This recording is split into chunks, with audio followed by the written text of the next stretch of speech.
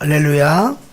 주님이 사랑하시는 천하보다 귀한 여러분 사랑하고 축복합니다. 자, 옆에 분들에도 사랑합니다, 축복합니다 빨리 인사합시다. 자, 우리가 2년여 동안 요한복음을 주일 낮에 보고 있습니다. 물론 또 매주마다 하는 건 아니고 뭐 절기나 또 다른 때는 다른 말씀을 증거했습니다만은 이제 11장 마지막 부분까지 왔습니다. 다음 주와 한 번 더 요한복음 전체 핵심과 또 강조점을 또 짚어드리면서 마지막 마무리를 하려고 합니다. 우리 요한복음 20장과 21장은 예수님께서 부활 후에 제자들을 만나주시는 장면인데, 특별히 21장에서는 실패한 제자들을 또 만나서 치료하고 회복시키시고 또 다시금 사명을 부여하신 그런 감동적인 장면입니다. 그런데 여기 21장을 보면은 이상한 조금 이런 기운이 흐르고 있는데, 그것은 바로 비교라는 것입니다. 여러분, 우리는 사람들을 자꾸 비교하면서 삽니다. 내 남편, 이웃집 남편 비교하고, 우리 집 자녀, 남의 집 자녀 비교하고, 또 저 집은 돈이 많은데 우리는 왜 작을까? 또 교회도 큰 교회, 작은 교회, 목사님들도 비교하고 다 비교합니다. 여러분은 무엇을 자주 비교하십니까? 우리가 인격적으로, 영적으로 미숙할수록 비교를 많이 하는 것 같습니다. 비교를 전혀 안 하고 살기는 어렵겠지만 우리가 C.S. 루이스가 한 이 말을 기억했으면 좋겠습니다. 사탄이 사람을 망치기 위해 자주 사용하는 무기가 뭐라고요? 사탄이 사용하는 무기가 비교입니다. 여러분, 남편을 다른 집 남편과 비교하는 그 집은 화평할까요? 싸울까요? 싸웁니다. 자식을 남의 자녀와 자꾸 비교하면 잘 될까요? 안 될까요? 안 됩니다. 어렵습니다. 여러분, 우리는 비교의 대상이 아닙니다. 우리는 온 천하의 유일한 하나님의 걸작품입니다. 하나밖에 없는 걸작품입니다. 여러분, 걸작품은 비교하는 게 아닙니다. 따라합시다. 나는 온 세상의 유일한 하나님의 걸작품이다. 할렐루야. 당신도 걸작품입니다. 자, 그런데 이 베드로와 제자들은 서로 비교하는 걸 볼 수 있습니다. 사랑의 비교를 합니다. 베드로는 다른 제자들과 비교해서 이렇게 말하는데, 예수님께서 그래서 21장 15절에서 너 이 사람들보다 나를 더 사랑하느냐 그렇게 물어봅니다. 그러니까 예수님이 나를 사랑하느냐 3번 물어보셨잖아요. 왜 그랬다고 그랬죠? 3번 배신한 그것을 치료하고 고쳐주시기 위해서, 회복시켜 주시기. 그런데 첫 번째 질문은 이 사람들보다 나를 더 사랑하느냐 이렇게 묻습니다. 왜 그런 이유가 있습니다. 그것은 마태복음 26장 33절에 보면 베드로가 예수님이 고난받으신다고 말씀하실 때 모두 주를 버릴지라도 나는 결코 버리지 않겠습니다 그랬어요. 그냥 자기 신앙 고백으로 나는 주님 버리지 않겠습니다, 끝까지 따르겠습니다, 그러면 되지, 왜 다른 사람들 끄집어 들어서 이 사람들은 배신해도 나는 그렇게 하느냐는 거예요. 그러니까 우리가 은연중에 하는 말 중에 내 신앙과 인격이 드러나는데, 베드로는 지난주에도 말씀했지만 제자들 중에서 나이가 제일 많다고 그랬잖아요. 그래서 베드로는 또 성격이나 열정이나 항상 앞섭니다. 그러니까 자기가 주님을 가장 사랑한다고 그렇게 은연중에 생각했고 또 그런 것을 드러내는 것입니다. 또 베드로는 요한과도 또 비교를 하고 경쟁을 합니다. 예수님이 베드로가 이렇게 순교하게 될 것을, 복음을 전하다가 죽게 될 것을 말씀하십니다. 그러면 거기에 대해서 알겠습니다 그러든지, 아니 주님 왜 그러십니까 뭐 그러든지 이렇게 말해야 될 텐데, 뜬금없이 그러면 나는 그런데 이 사람은 어떻겠습니까 하고 요한을 물어봅니다. 베드로가 요한을, 이 사람은 주님, 이 사람은 어떻게 됩니까? 쓸데없는 소리 하고 있어. 자기 얘기했는데, 주님과 지금 1대1로 만나고 있는데 옆에 요한에 대해서 물어봅니다. 그것은 은연중에 베드로는 자꾸 주님이 요한을 더 사랑하나, 나를 더 사랑하나, 주님이 요한을 최고의 제자로 여기나 나를 최고의 제자로 여기나, 그렇게 경쟁하고 비교하고 있었다는 것이지요. 참 둘이 보면 참 볼만합니다. 베드로만 그런 게 아니라 요한도 마찬가지입니다. 요한도 이 요한복음에 자기 이름을 한 번도 기록하지 않고 요한 자기를 뭐라고 계속해서 부르냐 그러면 주님이 사랑하시는 그 제자라고 말합니다. 주님이 사랑하시는 그 제자. 그래서 21장 7절에도 예수께서 사랑하시는 그 제자가, 또 20절에도 예수께서 사랑하시는 그 제자가, 이렇게 지금 요한복음이에요. 요한이 자기를 그렇게 요한복음에 기록하고 있다는 거예요. 거기만 아니에요. 13장에서도 이렇게 마지막 만찬 자리에서 오늘 본문에도 이제 20절에도 나오는데 예수님이 너희들 중에 한 사람이 나를 팔리라 라고 하니까 베드로가 요한에게 이렇게 물어보라고 그럽니다. 요한이 예수님 품에 의지하여서 이렇게 있다가 예수님에게 누가 파느냐고 물어보는 겁니다. 여러분 거기서도 그가 사랑하는 그 제자라고 합니다. 여러분 여기 또 19장 26절에도 예수께서 자기 어머니가 사랑하는 제자가 곁에 있는 것을 보고 이렇게 십자가 곁에 유일하게 그 곁을 지키고 있는 제자는 요한이었습니다. 그 요한에게 어머니를 부탁할 때도 사랑하는 제자라고 이렇게 표현을 하고 있습니다. 여러분 사람은 누구나 다 사랑받기를 원합니다. 그렇죠? 그런데 특별히 요한은 주님이 나를 제일 사랑하신다 그렇게 생각을 했던 것 같아요. 착각일까요? 진짜일까요? 예? 주님이 말씀 안 하시니까 모르지 뭐. 그런데 나이로 보면 요한이 제일 어리다고 보여져요. 그래서 이렇게 예수님에게 응석도 부리고 기대기도 하고 이렇게 주님의 사랑을 받으려고 하고 이쁜 짓도 하고 했던 것 같아요. 집에서도 보면 작은 애들 막내들이 좀 이렇게 귀여운 짓 하고 사랑받고 뭐 이렇게 하잖아요. 그런 모습이에요. 그러나 여러분 주님이 사랑하는 것은 다 누구나 다 똑같이 사랑하시죠. 그렇죠? 예. 그런데 요한은 주님이 자기를 가장 제자 중에서 자기를 가장 사랑한다고 생각해요. 착각은 치고는 좀 이쁜 착각이죠. 우리도 그런 착각을 하고 살 수 있기를 바랍니다. 저도 늘 그런 착각을 하고 삽니다. 나 같은 죄인을 이렇게 하나님께서 귀하게 사용하심에 대해서 날 감사하고 감격하고 눈물 흘리고 주님이 이 세상에서 나를 제일 사랑하신다 그렇게 생각하고 고백하고 눈물 흘릴 때가 많습니다. 저와 여러분도 그런 고백, 그런 믿음이 있기를 주의 이름으로 축복합니다.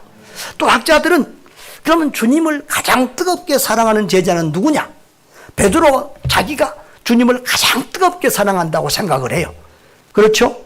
그래서 주님이 너가 이 사람들보다 나를 더 사랑하느냐? 너 나를 사랑하느냐? 물어보는 거예요. 베드로가 지금 그런 티를 내니까 가장 열심히 또 이렇게 앞서 나가니까요.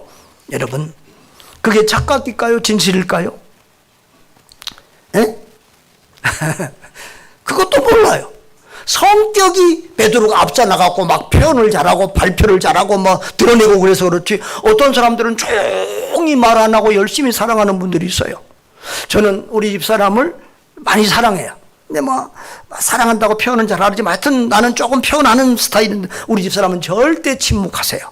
그렇지만 내가 우리 집사람보다 더 사랑한다 그렇게 말할 수 없어요. 그렇죠? 성격상 표현을 잘하고 안 하는 사람들이 있지 다른 제자들이라고 예수님 사랑 안 하겠어요? 다른 제자들도 다 예수님을 따르다가 순교했잖아요. 할렐루야. 그러니까 이건 베드로의 착각일 수 있어요. 그럼에도 불구하고 이 착각도 괜찮은 착각이다. 우리도 이런 착각을 하고 이런 믿음을 가지고 살 수 있기를 바라요. 내가 누구보다도 주님을 더 사랑합니다. 할렐루야. 주님이 나를 가장 사랑하신다. 또 내가 주님을 가장 사랑한다. 이런 믿음의 고백이 있기를 주님의 이름으로 축복합니다. 그 다음에 사명의 비교가 있습니다. 이 21장에서 예수님께서 사명의 말씀을 2번 주시는데 첫 번째로는 내 양을 먹이라는 말씀이었어요. 응? 내 양을 먹이라. 내 어린 양을 먹으라. 내 양을 치라. 내 양을 먹이라 했던 다 같은 말씀이세요. 자, 그런데 여러분 알고 보면 목자는 예수님 한 분뿐입니다. 그래서 성경은 예수님을 목자장이라고 하십니다. 목자 중에서도 장이고 참된 목자고 영원하신 목자고 양을 위해서 생명을 바치는 진짜 목자이십니다. 그러면 베드로나 제자들도 다 주님의 양이고 오늘 우리 목사도 장로님들도 우리도 다 주님의 양입니다. 그런데 여러분, 주님께서 베드로에게 주님의 양, 자기의 양들을 맡겨서 예수님을 대신해서 목양을 하는 사명을 주십니다. 여러분, 그런데 이 베드로가 그 예수님을 대신해서 목양할 만한 지금 믿음이나 지금 상황이 됩니까? 안 됩니까? 안 됩니다. 예수님을 모른다고 3번이나 부인하고요. 그럴 만한 자격이 없습니다. 그럼에도 불구하고 주님께서 그 베드로를 회복시키시면서 베드로에게 내 양을 먹이라라고 말씀하십니다. 오늘 강단에 서 있는 이 목사들, 우리 한국교회 안에 있는 목사들도 마찬가지입니다. 그들이 완전하고 거룩해서 하나님이 세우는 것이 아니라 부족하고 죄 많고 실수 많은 인간들이지만 주님을 대신해서 주님의 양들을 치도록 사명을 주셔서 맡기는 것입니다. 자, 그런데 여기에 우리 한국교회가 건강하게 되려면 2가지 상황에 대해서 늘 조심을 해야 됩니다. 첫째로는 목사님들의 실수가 있습니다. 자, 목사님들이 이제 장로님들이나 이렇게 권사님들이나 안수입사님들이나 중직자를 세우게 되면 그들이 다 컸다고 양이라는 생각을 안 할 때가 많습니다.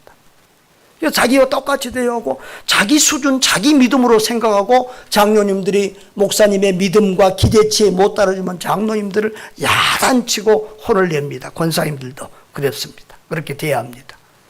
그런데 알고 보면 장로님들도 사랑받고 싶거든요. 장로님 사랑받고 싶으시죠? 네. 권사님들도 사랑받고 싶으죠. 다 큰 게 아닌데 그냥 어느 날 갑자기 집사님을 그렇게 세워놓고는 막 그때부터는 막 야단치고 너무 또 이렇게 많은 기대치를 가지고 엄하게 대할 때가 많습니다. 그래서 관계들이 불편해질 때가 있습니다. 또 반대로 장로님이 되고 권사님이 되고 안수집사가 되면 내가 신앙의 연조도 있고 이제 다 클 만큼 컸다. 장로 다음에 직분이 없잖아요.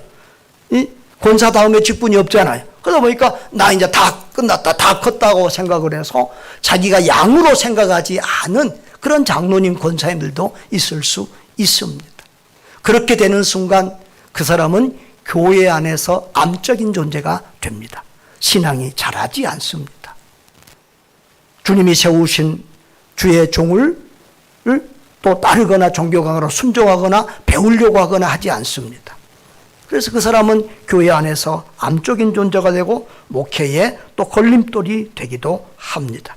우리는 이 2가지를 조심하면서 우리는 다 주님의 양이고 그럼에도 불구하고 또 주님께서 부족한 목사를 세워서 당신의 양들을 맡겨주셨음을 알고 늘 배우고 또 지도를 받고 따르고 하는 저와 여러분 될 수 있기를 주의 이름으로 축복합니다. 자, 그런데 또 주님께서 베드로에게 2번째 주신 사명의 말씀이 있습니다. 나를 따르라는 거예요. 19절, 18절, 19절에 보면 나를 따르라 그렇게 말합니다. 이 따르라는 말은 이제 18절, 19절, 18절, 19절을 보면 저 주의 복음을 전하면서 주의 사명 감당하다가 베드로가 순교할 것에 대해서 하시는 말씀입니다. 예언입니다. 그런데 베드로의 반응은 21절에 보면 주님 이 사람은 어떻게 되겠사옵나이까? 자기한테 말하는데 엉뚱한 요한하고 비교하면서 요한은 그러면 오래 삽니까? 안 삽니까? 쉽게 말하면 이런 나는 죽는데 요한은 어떻게 하실랍니까? 이렇게 물는 것입니다. 그때 주님께서 뭐라고 답변하십니까? 22절과 23절을 보겠습니다. 다 같이 시작. 예수께서 이르시되 내가 올 때까지 그를 머물게 하고자 할지라도 내게 무슨 상관이냐? 너는 나를 따르라. 내게 무슨 상관이냐? 너는 나를 따르라. 22절에서 23절에서 그 말씀이 계속되고 있는데 23절에서는 그 말씀이에요. 이 말을 듣고 제자들은 자기 멋대로 해석해가지고 와, 요한은 안 죽는데 오래 산대 이렇게 소문났다는 거죠. 그러나 지금 실제로 요한은 오래 살았어요. 요한은 이 요한복음은 지금 이미 베드로가 순교한 다음에 기록됐을 가능성이 많아요. 그래서 요한은 오래 살았어요. 그럼에도 불구하고 주님의 말씀의 핵심은 그게 아니라 상관하지 말라는 거예요. 주님이 그를 오래 살게 하든지 뭐 하든지 그건 네하고 상관없고 그건 네 사명이 아니고 네가 알 바 아니고 너는 나를 따르라 라는 거예요. 할렐루야. 여러분, 주님은 모든 제자를 다 사랑하십니다. 자, 굉장히 어려운 질문을 내겠습니다. 자녀가 10입니다. 그러면 각 자녀를 사랑할 때 10분의 1씩 사랑하죠? 그렇습니까? 모든 자녀들을 온 마음을 다해서 다 사랑합니다. 우리 주님께도 온 세상에 얼마나 많은 양들이 있습니까? 얼마나 많은 성도들이 있습니까? 그럼에도 불구하고 각 성도들을 다 100% 온전하게 사랑하시는 줄 믿습니다. 할렐루야. 그러나 우리 주님께서 또 모든 사람에게 사명을 주십니다. 나는 사명이 없어요. 그런 사람은 불쌍한 사람입니다. 그 사명을 발견하셔야 됩니다. 하나님이 우리를 이 땅에 보내실 때는 다 사명을 주어서 보냈습니다.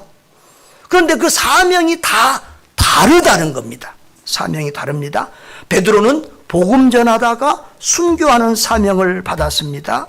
또 요한은 오래 살아서 요한복음 기록하고 요한 1, 2, 3, 4 쓰고 마지막에는 요한계시록까지 기록하고 그렇게 장수하는, 그리고 또 예수님이 명령하신 그 예수님의 모친 마리아를 끝까지 잘 모시고 사는 그런 사명을 받았어요. 그래서 에베소에 가면은, 터키 에베소에 가면 지금도 그런 유적들도 있어요. 아무튼 모든 것은 주님의 말씀대로 되는데 주님이 우리를 다 사랑하시고 우리 모두에게 사명을 주셨는데 우리를 대하는 것은 다르고 또 우리의 수준에 맞게 사랑하시고 그리고 또 우리 수준에 맞게 그렇게 사명을 맡기시는 줄 믿습니다. 우리도 자녀들을 기를 때 큰애 다루는 거 다르고 막내 다루는 거, 애기 다루는 거 다르잖아요. 그렇듯이 우리 주님도 그렇게 하시는 것입니다. 자, 그런데 중요한 것은 사명의 주관자가 예수님이라는 거예요. 내가 뭐 내 사명이 어떻고 내가 이걸 하겠습니다, 이건 안 하겠습니다, 이게 아니고 사명의 주권이 내게 있는 것이 아니라 누구에게? 예수님에게 있다. 예수님이 내가 올 때까지 그를 머물게 하더라도 그걸 2번이나 이렇게 반복 기록되고 있습니다. 내가, 우리 주님께서 우리에게 사명을 주시고 우리의 생명도 우리의 죽는 것도 우리의 사역의 그 모든 것 과정을 우리 주님이 다 주관하신 줄 믿습니다. 그런데 여러분, 꼭 오래 산다고 복이 아닙니다. 또 빨리 죽는다고 그것이 저주가 아닙니다. 우리 하나님은 참 고수이십니다. 이사야서 55장 8절 9절 저는 좋아하는데, 주님의 길은 우리하고 다르고 주님의 생각은 우리하고 달라요. 주님의 생각은 우리 생각보다 높고 주님의 길은 우리보다 더 높습니다. 그래서 고린도전서 1장 25절은 하나님의 가장 어리석은 것이 사람보다 더 지혜 있다고 그랬어요. 그래서 신의 한 수, 하나님의 한 수. 그래서 이렇게 보면은 제자들이 다 순교하는데, 베드로, 요한을 빼놓고 베드로와 모든 제자들이 순교하는데 그것 이상 강력한 부활의 증거가 없습니다. 하나님은 모든 것을 합력하여 당신의 일을 이루시는 줄 믿습니다. 그래서 우리는 다른 사람하고 비교할 필요가 없습니다. 예수님이 그렇게 말합니다. 그게 내게 무슨 상관이냐? 어? 요한이 오래 살고 빨리 죽고 그게 내게 무슨 상관이냐? 너는 나를 따르라 라고 그렇게 말씀하시는 것입니다. 우리 하나님은 완전하신 분입니다. 지혜와 능력이 완전하신 분입니다. 모든 것을 합력하여 선을 이루시고 하나님의 뜻을 이루어가는 줄 믿습니다. 그러므로 우리는 하나님이 주신 사명 앞에 무조건 감사하고 무조건 순종하면 됩니다. 그리하면 우리 하나님이 합력하여서 선을 이룰 줄 믿습니다. 그래서 선교사 사도 바울도 우리가 살아도 주를 위하여 살고 죽어도 주를 위하여 죽나니 그러므로 살아 죽으나 우리가 주의 것이라고 했고, 빌립보서 1장 20절에서도 내 몸에서 살든지 죽든지 내 몸에서 그리스도가 존귀하게 되기를 원한다. 내게 사는 것이 그리스도니 죽는 것도 유익함이라 라고 말씀하고 있습니다. 그렇습니다. 우리는 얼마나 오래 사느냐, 얼마나 건강하게 사느냐, 얼마나 잘 먹고 잘 사느냐, 이런 것보다도 우리의 삶이, 그리고 우리의 마지막 죽음까지도 오직 하나님께 영광이 되고 복음 전파에 유익이 되고 한 영혼이라도 더 살리고 구원하는데 유익이 될 수 있기를 기도하고 온 마음을 그렇게 사용해야 될 줄 믿습니다. 여러분, 우리가 천국 가면은 우리가 이 땅에서 얼마나 좋은 집에서 잘 먹고 잘 살고 좋은 차 타고 다니느냐, 이건 아무 상관없습니다. 주께서 주신 사명 우리가 어떻게 감당했느냐, 하나님께 영광 돌리는 삶을 살았느냐, 주님이 주신 사명을 깨닫고 충성되게 그 사명을 감당했느냐, 이것만이 드러나고 그것만이 남고 그것만이 영원히 빛날 줄 믿습니다. 여러분, 베드로의 순교 이야기가 있습니다. 주님의 말씀은 다 그대로 이루어지는데요, 성경에는 베드로의 죽음에 대해서 자세한 기록이 없지만 이 교회의 전승을 보면, 그 교부들의 기록을 보면 보면 로마 황제 네로 황제 때에 순교했다고 이렇게 알려지고 있습니다. 서기 64년경에 로마의 대화재가 일어났습니다. 대부분 그 화재를 불을 네로가 질렀다고 생각을 합니다. 네로가 그 로마를 재개발하기 위해서 구도시를 불태웠는데 그것이 사람들의 원성을 사서 이렇게 군중 봉기가, 데모가 일어나니까 옛날이나 지금이나 정치인들에게 가장 두려운 것은 민중의 봉기입니다. 그래서 그것을 누구한테 그 죄를 뒤집어 쓰냐 그러면은 기독교인들에게 뒤집어 써서 기독교인들이 불을 질렀다고 해서 그때부터 이제 기독교인들을 박해합니다. 그래서 굶주린 사자의 밥이 되게 하고 이 콜로세움 광장 같은 데다 이제 원형 경기장에 기독교인들을 풀어놓고 밥이 되게 하기도 하고, 나무 기둥을 묶어서 거기다 기독교인들을 묶어놓고 기름을 붓고 또 장작더미에 불을 질러서 태워 죽이기도 하고, 이렇게 잔인하게 기독교인들을 탄압했습니다. 그때 보면은 이제 베드로와 바울이 다 로마에 가서 마지막에 이제 이렇게 사역을 했거든요. 그때 로마가 이제 온 세계의 중심 수도였으니까. 그런데 이 성도들이 박해를 받아서 갇히고 어려움을 겪을 때 성도들이 베드로에게 사도님은 나가서 살아셔야 됩니다. 피하셔야 됩니다. 살아서 복음을 전해야 됩니다. 이렇게 하면서 베드로를 가라고 하고, 베드로를 그래서 이제 로마에서 피신을 해서 성 밖으로 걸어갑니다. 근데 코바디스 도미네라고 하는, 코바디스라는 영화 보셨나요? 아주 가장 잘된 영화 중에 하나인데, 옛날 영화들은 그런 어떤, 요즘은 각색을 재밌게 많이 하는데 옛날 영화들은 거의 고증에 따라서 이렇게 많이 하는데, 베드로가 이제 로마의 성을 벗어나는데 저기서 큰 빛이 다가오지요. 주님이 오십니다. 그때 베드로가 코바디스 도미네, 주여 어디로 가시나이까? 라고 묻습니다. 라틴어죠. 그때 주님이 뭐라고 하십니까? 나는 너가 버리고 온 그 양들을 위해서 다시 로마로 가서 죽기를 원한다. 그렇게 말씀하십니다. 죽으러 간다는 거예요. 그때 베드로가 회개하고 돌이켜서 다시 로마로 가서 순교를 당합니다. 순교당할 때 십자가에 매달리는데 나 같은 죄인이 어떻게 우리 주님처럼 반듯하게 매달리겠느냐? 나를 거꾸로 매달아라. 그래서 베드로의 십자가는 거꾸로 매달린 십자가로 우리가 이렇게 지금도 다 알고 있습니다. 그리고 이 고증에 의하면 베드로가 묻혔던 그 자리에 지금 현재의 베드로 대성당이 건축이 되고 거기가 지금 바티칸 궁전이라고 하는 것을 거의 이렇게 인정을 하고 있습니다. 1940년, 50년대에 고고학 박물 결과 베드로 대성당 중앙재단 아래 여기 베드로가 있다는 비문과 함께 1세기경에 유골이 발견되어서 이것을 어느 정도 신빙성이 있다고 이렇게 인정을 하고 있습니다. 아무튼 이 베드로만 아니라 이 제자들의 순교,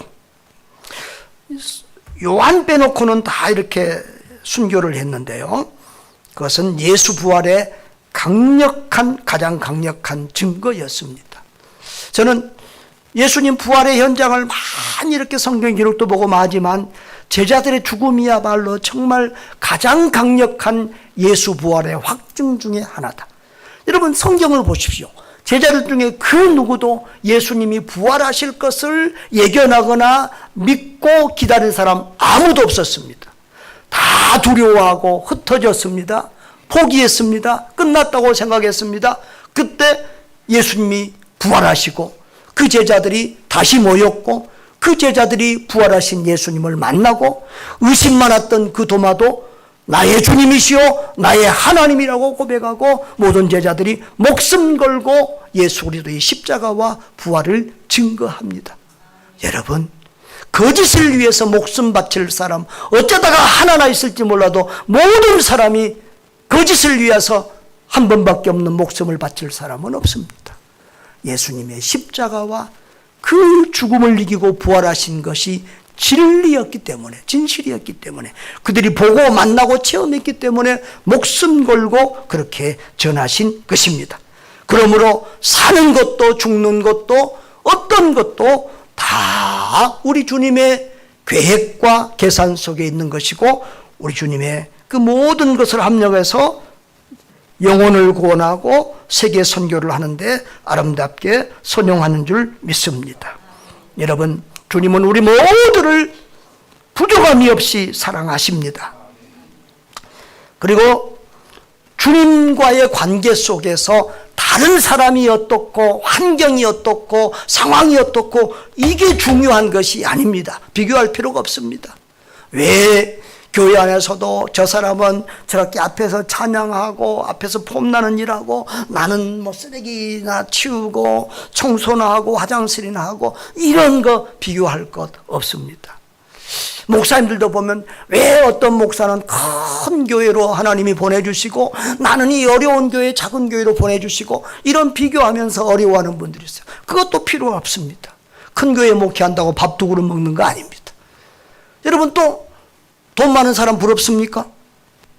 저 삼성그룹의 회장님하고 여러분하고 비교해 보면서 기죽습니까? 여러분 그분은 밥 두 그릇 먹고 사신답니까?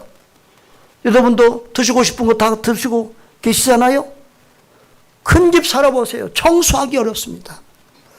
여러분 우리에게 주어진 상황에 감사하며 만족하며 하나님 앞에 충성하시기를 바랍니다.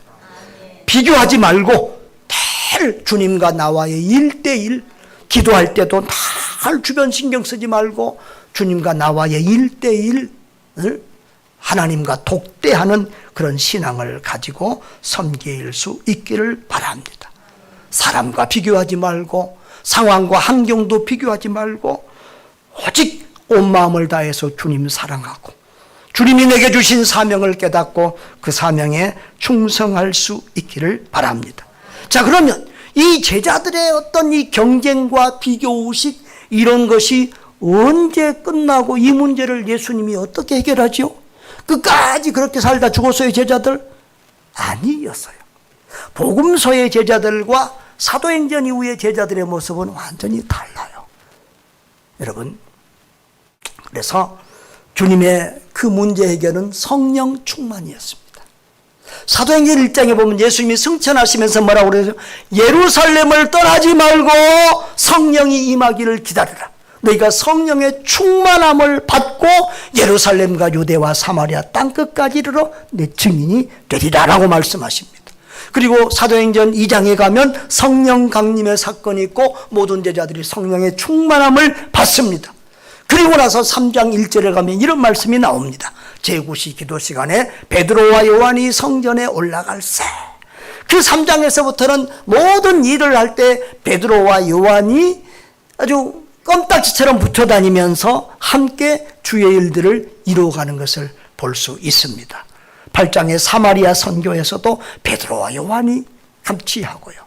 여러분, 이렇게 성령의 충만함을 받으면 우리의 인성이 바꿔지고 우리의 성격도 바꿔지고 우리의 믿음도 바꿔지는 줄 믿습니다. 여러분, 성령 충만이 뭡니까? 우리 한국교회는 이 오순절 교단의 영향을 많이 받아서 성령 충만하면 부정적인 생각을 가진 분들이 많아요. 막 목소리 키고 기도 소리 키고 막 방언하고 시끌시끌하고 막 그래야 성령 충만한 줄 알아요. 막 무대뽀로 남 상관없이 무시하고 막 자기 할 말하고 저지르고 예수 믿으세요, 안 믿으면 지옥 갑니다, 이래야 성령 충만한 사람으로 우리가 착각하기 쉬워요. 그렇지 않습니다. 성령 충만은 예수 충만이요, 말씀 충만이요, 은혜 충만입니다. 다시 말하면 성령의 지배를 받는 것입니다. 쉽게 말하면 나는 죽고 예수로 사는 것입니다. 베드로가 이전에 자기 마음대로 살았어요. 그러나 이제 예수님께서 후로는 성령께서 너를 띠띠우고 너가 알지 못하는 것으로 데려가리라. 이것이 성령 충만의 삶이에요. 내가 주인 되었던 삶을 내려놓고 오직 성령의 주관 아래서 성령이 내 주인 되셔서 성령님의 말씀대로, 주님의 말씀대로 순종하며 사는 삶, 그것이 성령 충만인 줄 믿습니다. 나는 죽고 예수로 사는 삶, 그것이 성령 충만입니다. 그래야 할 때 우리는 주님의 성숙한 제자들이 되는 것입니다. 사랑하는 여러분, 주님이 오늘 베드로에게 내 양을 먹이라, 너는 나를 따르라 라고 하는 사명을 주셨습니다. 저와 여러분에게도 모두 다 사명을 주셨습니다. 여러분의 사명을 발견하시기를 바랍니다. 내가 다른 건 몰라도 여러분들의 사명 한 가지는 압니다. 여러분이 대한민국의 수만 교회 중에서 여러분을 왜 선교 중앙교회로 보냈을까요? 선교 중심의 교회로. 선교하라고, 영혼 구원에 힘쓰라고, 사람 살리라고. 할렐루야. 그렇게 우리 주님이 우리를 이렇게 불러주신 줄 믿습니다. 그 직분이 무엇이든지 간에 우리 모두의 사명의 목적은 하나님의 영광이요, 사람을 살리고 영혼을 구원하는 일인 줄 믿습니다.